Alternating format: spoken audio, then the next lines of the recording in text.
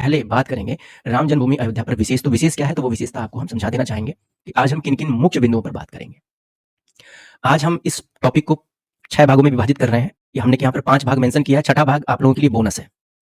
तो मूलतः ये स्ट्रीम तो 5 खंडों में आपको अभी दिख रही है, लेकिन ये है 6 खंडों में, ठीक है? और 6 खंडों की ये प्रेजेंटेशन में हमने कई सारे पक्ष संलग्न किए हैं, जिसमें पहला पक्ष है राम जन्मभूमि प्रकरण घटनाक्रम। इसके ऊपर हम बात करेंगे। दूसरे पक्ष पर हम बात करेंगे, यानी कि भाग 2 में बात करेंगे सुप्रीम कोर्ट जजमेंट में हिंदू ग्रंथों का रेफरेंस। बहुत सारे लोग कहते हैं ना कि कोर्ट ने तो जो जजमेंट दिया है वो आस्था के आधार पर दे दिया है, लेकिन मुद्दा ऐसा नहीं है कि आस्था के आधार पर जजमेंट दिया गया है, प्रमाण के आधार पर जजमेंट दिया गया है और आज हम प्रमाण के आधार पर ही बात करने वाले हैं। भाग 3 में बात करेंगे राम जन्मभूमि केस पर सुप्रीम कोर्ट के फैसले में एएसआई रिपोर्ट के प्रमाण, यानी कि एएसआई ने कौन-कौन सी रिपोर्ट संलग्न की थी। भाग 4 में बात करेंगे भगवान श्री राम और अयोध्या के अन्य प्रमाण जिन्हें सुप्रीम कोर्ट ने माना और अपने फैसले में स्वीकार किया, यानी कि लिखा। और भाग 5 में बात करेंगे भगवान श्री राम जन्मभूमि पर बौद्ध संगठनों का दावा क्या था और कैसे उनका दावा जो है वो ध्वस्त हो गया।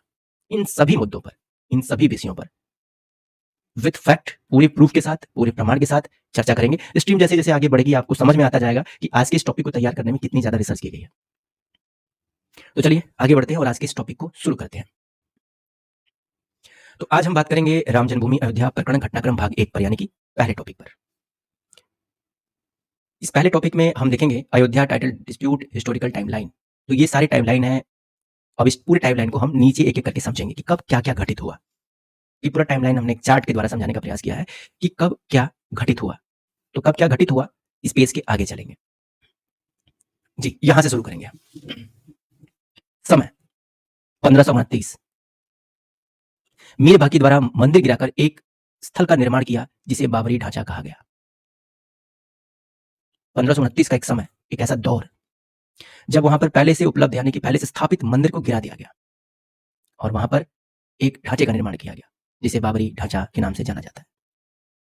फिर दौर आया 1885, 1529 में मंदिर गिरा था।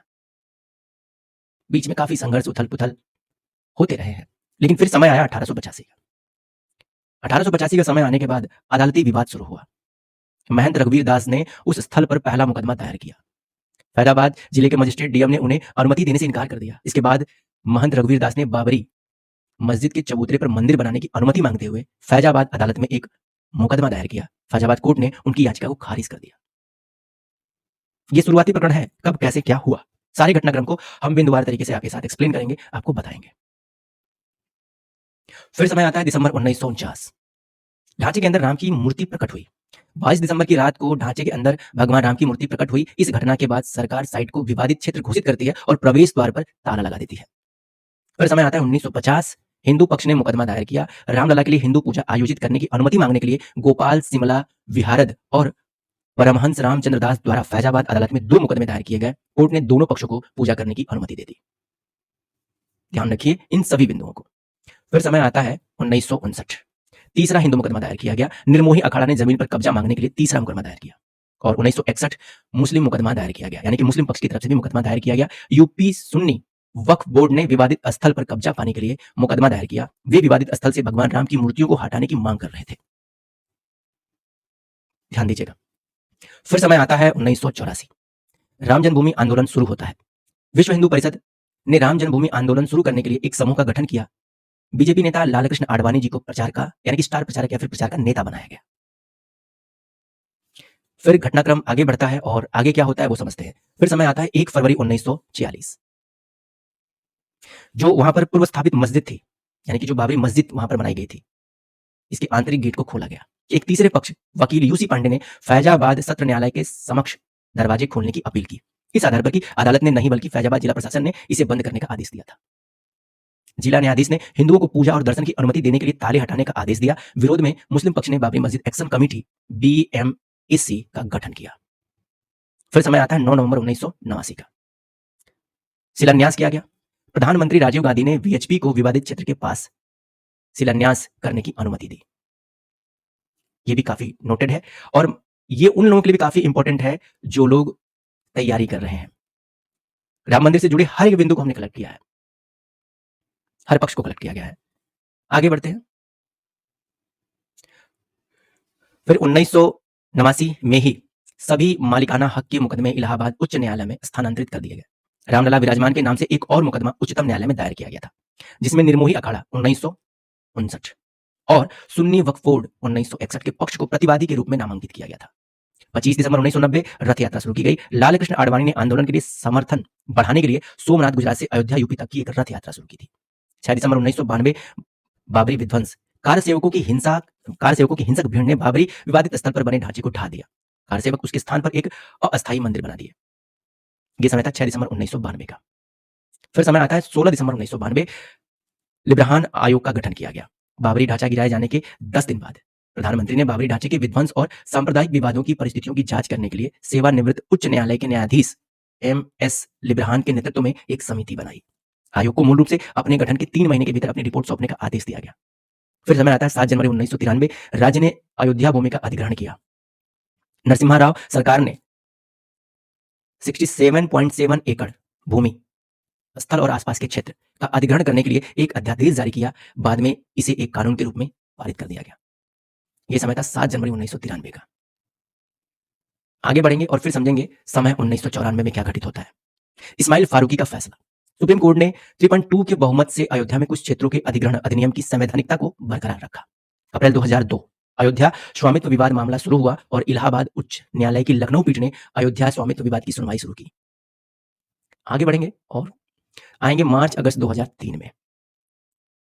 ASI सर्वेक्षण यानी कि भारतीय पुरातत्व सर्वेक्षण। भारतीय पुरातत्व सर्वेक्षण ने इलाहाबाद उच्च न्यायालय के निर्देशों के तहत विवादित स्थल के नीचे की जमीन की खुदाई शुरू की। इसमें 10वीं सदी के हिंदू मंदिर के अवशेष मिलने का दावा किया गया। मुस्लिम पक्ष ने भी भारतीय पुरातत्व विभाग की रिपोर्ट पर उठाए गए, मतलब ये जो रिपोर्ट तैयार की गई इस पर मुस्लिम पक्ष ने भी कुछ सवाल उठाए। फिर होता है 30 जून 2009, लिब्राहन आयोग की रिपोर्ट प्रस्तुत की गई। 17 साल की देरी के बाद लिब्राहन आयोग ने अपनी रिपोर्ट प्रधानमंत्री को सौंपी, हालांकि इसकी सामग्री सार्वजनिक नहीं की गई है। आगे आते हैं 30 सितंबर 2010, इलाहाबाद हाईकोर्ट ने भूमि को 3 तारीखों से विभाजित किया, यानी कि 3 तरीकों से विभाजित कर दिया। उच्च न्यायालय ने अपना फैसला सुनाया। भूमि को 3 पक्षों के बीच विभाजित किया। 1/3 सुन्नी वक्फ बोर्ड के लिए, 1/3 निर्मोही अखाड़े के लिए और 1/3 रामलला विराजमान के लिए। यानी कि जो भूमि पूर्व में अधिग्रहित की गई थी उस पूरी भूमि को 3 भागों में विभाजित कर दिया गया। यह समय था 30 सितंबर 2010।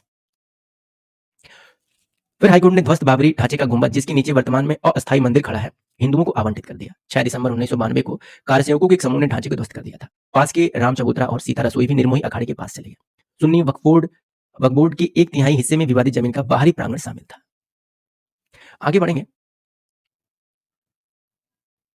मई 2011, सुप्रीम कोर्ट ने इलाहाबाद हाईकोर्ट के फैसले पर रोक लगा दी। सुप्रीम कोर्ट ने सभी पक्षों द्वारा दायर याचिकाओं के एक बैच को स्वीकार कर लिया।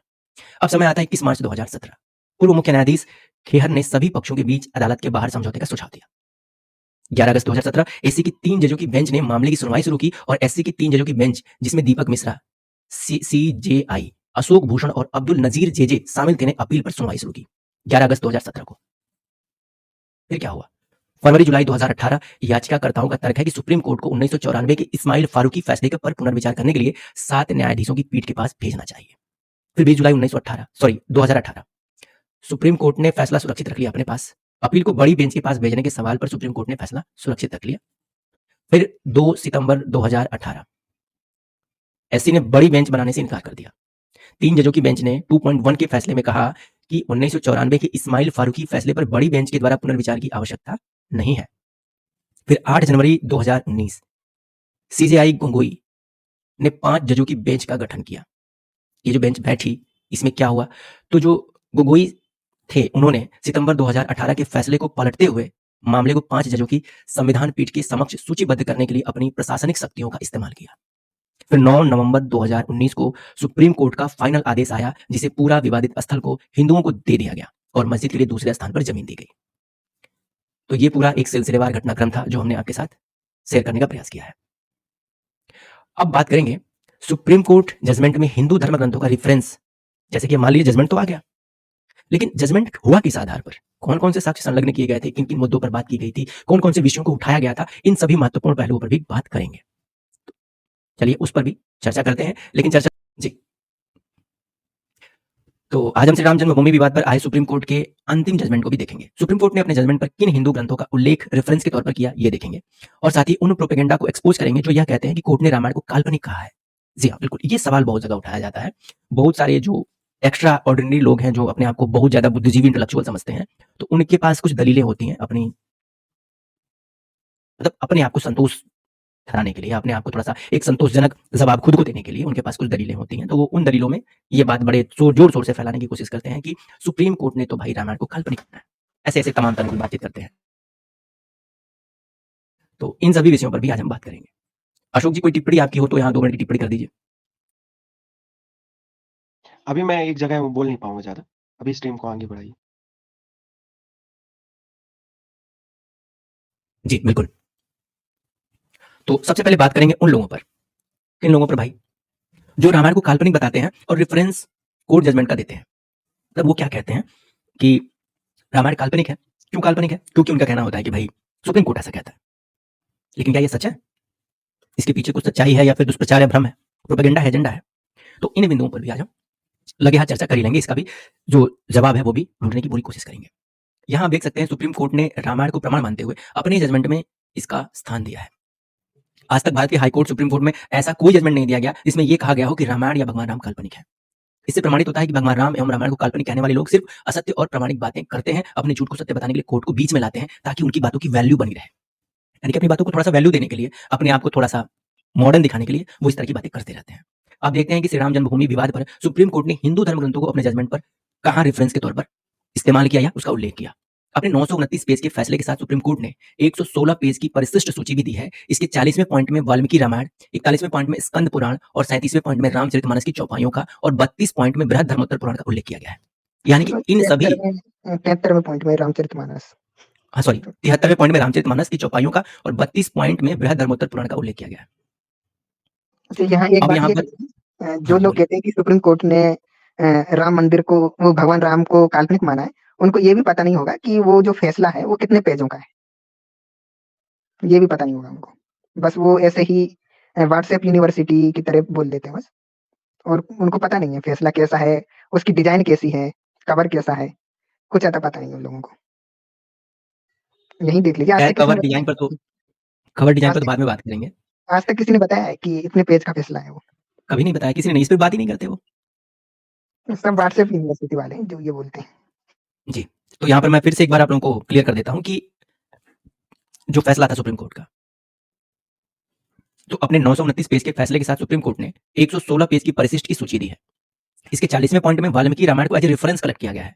41वें पॉइंट में स्कंद पुराण और 73वें पॉइंट में रामचरितमानस की चौपाइयों को संकलित किया गया, यानी कि एज ए रेफरेंस इस्तेमाल किया गया है। और 32 पॉइंट में बृहद धर्मोत्तर पुराण का भी उल्लेख किया गया, यानी कि इन सभी ग्रंथों के रेफरेंस भी कलेक्ट किए गए थे इस बात को जानने के लिए कि क्या भगवान श्री राम एक ऐतिहासिक व्यक्ति है अथवा नहीं।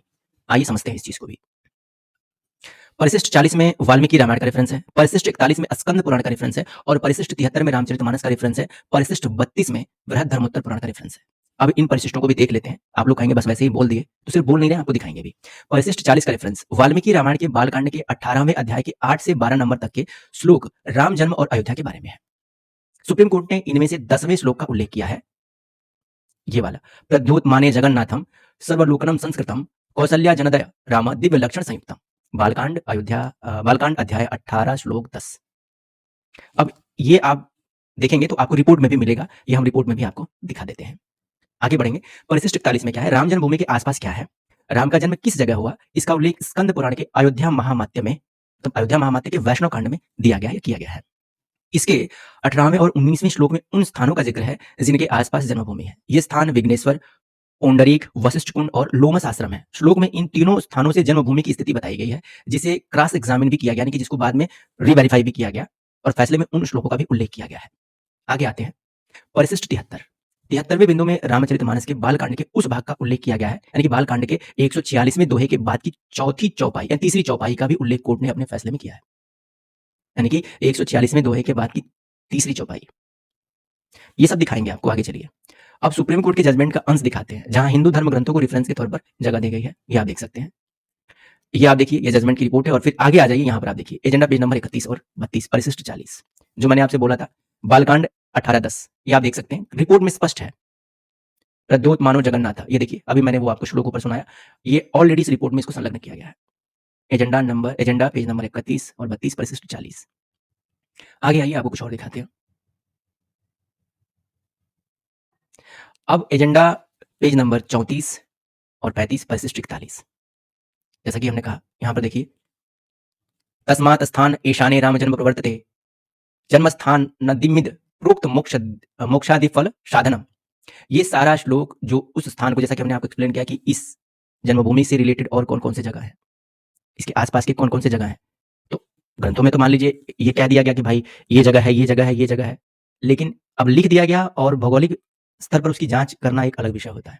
तो जैसे मान लीजिए कोई भी आदमी अगर ले आके दे दिया कि भाई ये देखिए फलाने फलाने ग्रंथ में फलाना फलाना बात लिखा हुआ है, ये जगह लिखा हुआ है, या जो अयोध्या है या जो जन्मभूमि का जो स्थान है वो इससे इतनी दूरी पर या इससे इतनी दूरी पर या इससे ये मिलान करता है या उससे वो मिलान करता है, तो सिर्फ श्लोक दे देने से तो बात नहीं बनेगी। तो बाद में इन सभी रेफरेंसेस को एग्जामिन भी किया गया कि क्या भौगोलिक परिप्रेक्ष्य में भी ये सारी बातें सत्य साबित होती हैं अथवा बस वैसे ही ग्रंथों में लिख दिया गया और उसको प्रमाण मान लें।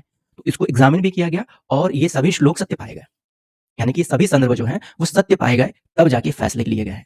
और कुछ लोग कहते हैं कि बस आस्था के आधार पर फैसला दे दिया गया है, कोई विशेष रिसर्च नहीं की गई, कोई विशेष उस पर वो नहीं किया गया। तो ऐसी बात नहीं है, ये बिल्कुल वेल रिसर्च के बाद, पूरी तैयारी के बाद, हर एक फैक्ट को, हर एक चीज को जांचने समझने और परखने के बाद ही फैसला लिया गया।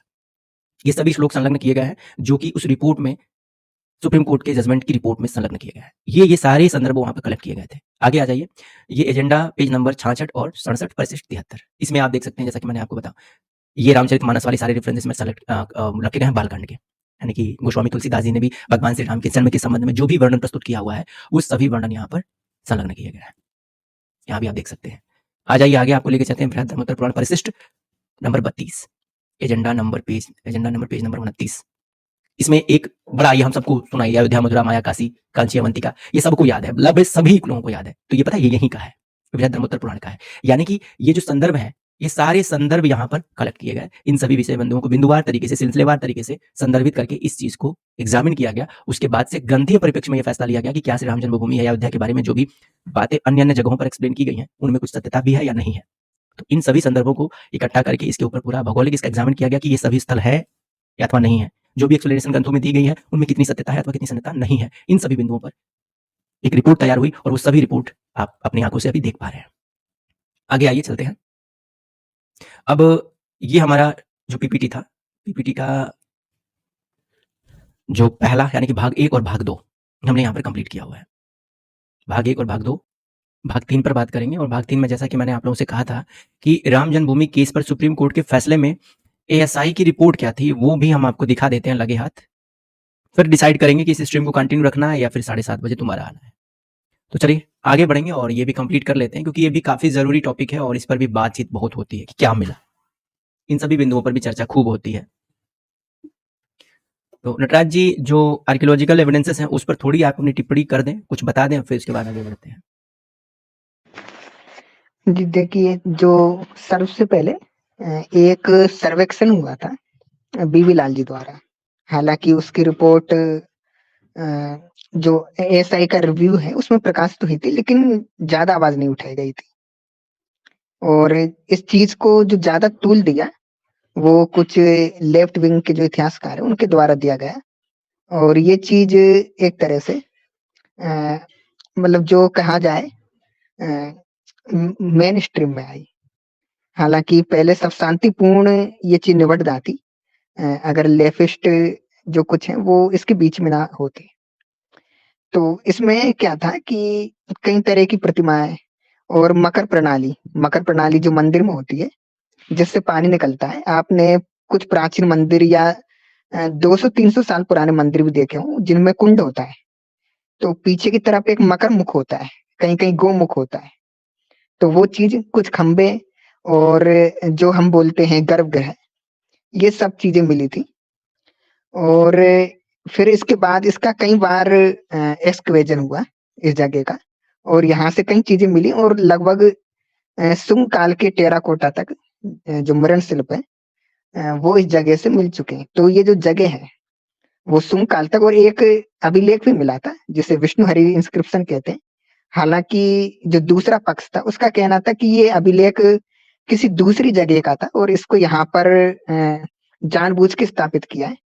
तो उसका जो प्रभाव है वो थोड़ा कम हो गया। लेकिन जो पुरातत्व नामक एक जनरल है, बुलेटिन ऑफ आर्कियोलॉजी का, आर्कियोलॉजिकल सोसाइटी ऑफ इंडिया का, उसमें उसे ये क्या बोलते हैं राम मंदिर से ही प्राप्त बताया है, और उसमें भगवान विष्णु के लिए मंदिर, या जो भगवान विष्णु के जो अवतार हैं भगवान राम, उनके लिए मंदिर बनाने की बात की गई है। और भी कई सारी चीजें मिली थी, जो हम इसमें विशेष रूप से वो चीजें देखेंगे जो सुप्रीम कोर्ट ने मान्य की है। जी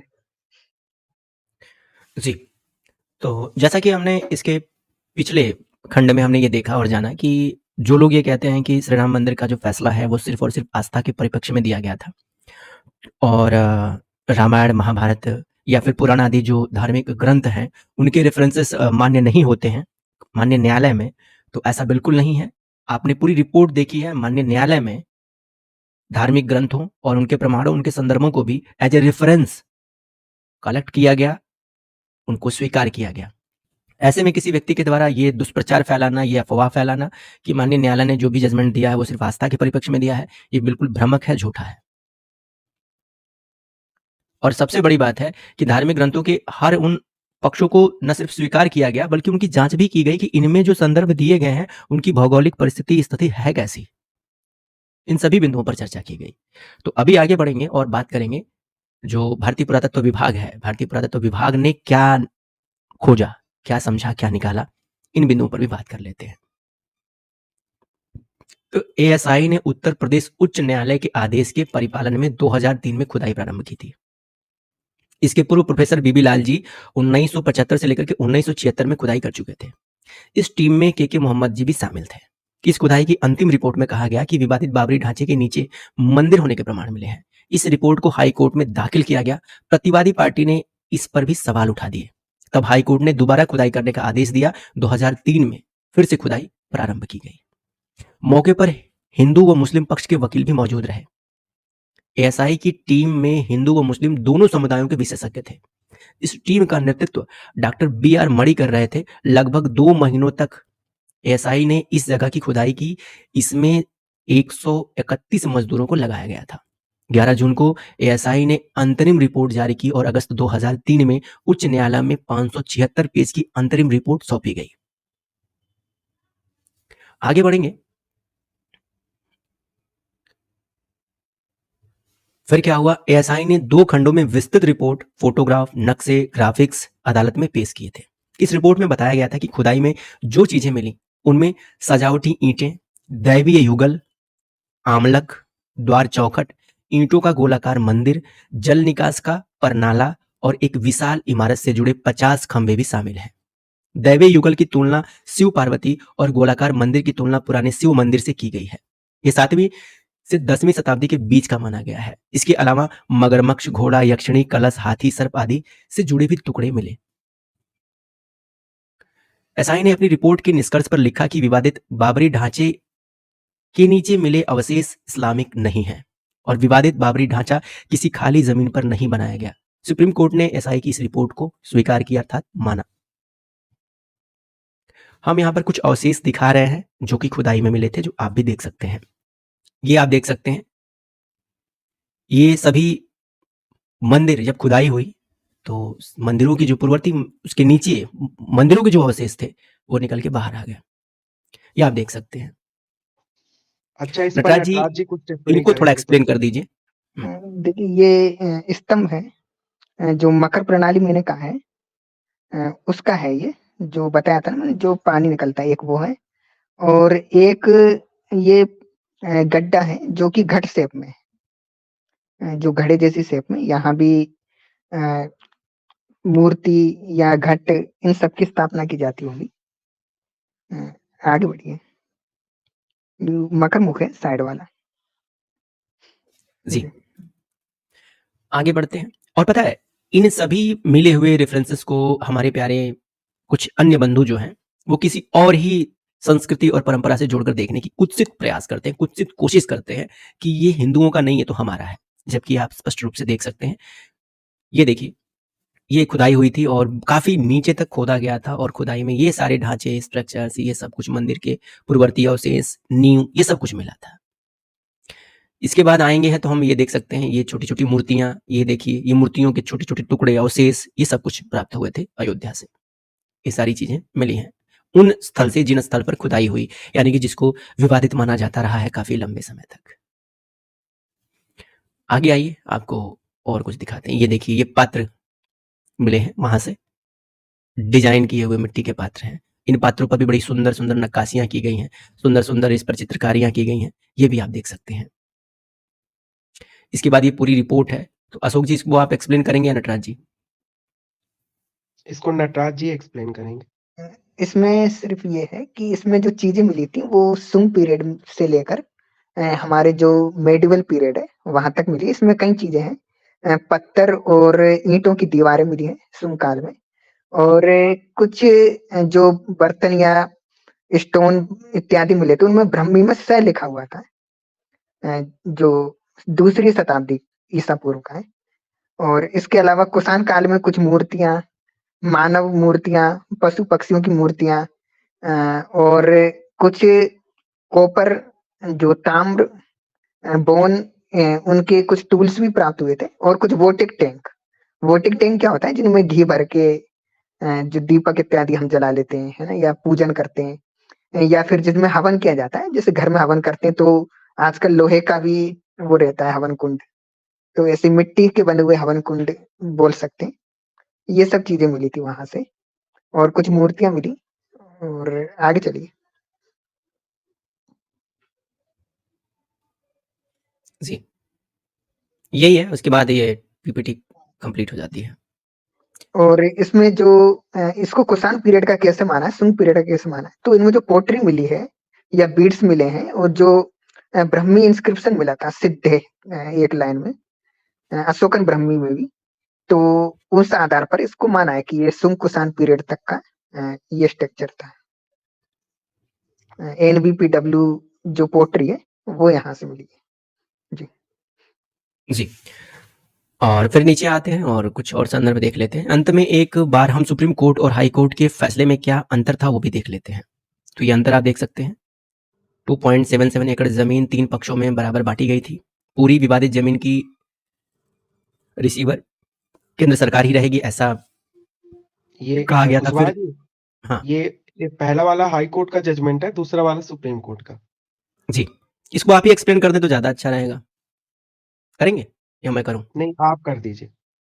ओके, तो इनमें जो फिर उसके बाद से निर्मोही अखाड़े को राम चबूतरा और सीता रसोई सहित उसका हिस्सा दिया गया। ये सब कुछ हमने ऊपर आपको बता रखा है, जो हमने सिलसिलेवार तरीके से हमने जो आपको बताया था। तो ये सारी चीजें हमने सिलसिलेवार तरीके से किस डेट में क्या चीज हुई थी वो पूरा एक्सप्लेन कर दिया है शुरुआत में ही। ये उसी की एक छोटी सी ये पेपर कटिंग एक झलक है, आप देख सकते हो। फिर आ जाओ आप नीचे, और यहाँ पर हम कुछ नोट्स हैं, आगे क्या है वो समझ लेते हैं। फिर इसके बाद क्या हुआ, हिंदू पक्ष के में क्या आया और फिर मुस्लिम पक्ष में क्या आया ये समझते हैं। तो हिंदू पक्ष में विवादित जमीन पर नियंत्रण का निर्मोही अखाड़े का दावा खारिज, उसे ट्रस्ट में प्रतिनिधित्व मिलेगा, ऐसा आदेश आया। फिर मुस्लिम पक्ष में क्या है, विवादित भूमि का 1/3 बाहरी हिस्सा सुन्नी वक्फ बोर्ड को मिला, और सुन्नी वक्फ बोर्ड को नई मस्जिद के लिए अयोध्या में 5 एकड़ जमीन मिलेगी, ऐसा आदेश आया। फिर राम मंदिर केंद्र को 3 महीने में ट्रस्ट की रूपरेखा बनानी होगी, वह मंदिर निर्माण के लिए जमीन ट्रस्ट को सौंपेगा। और मस्जिद के लिए क्या हुआ, प्रशासन अयोध्या में नई मस्जिद के लिए 5 एकड़ जमीन मुहैया कराएगा। तो ये सारे आदेश जो हैं ये पारित किए गए थे माननीय न्यायालय की तरफ से, और ये सभी आदेश जो हैं धीरे धीरे क्रम से आगे बढ़ते हुए, और आज वो शुभ अवसर, वो शुभ दिन हमारे समक्ष आया कि हम भगवान श्री राम को आज उनके मंदिर में स्थापित होते हुए, यानी कि उनकी प्राण प्रतिष्ठा होते हुए देख पा रहे हैं, समझ पा रहे हैं। तो ये जो टॉपिक था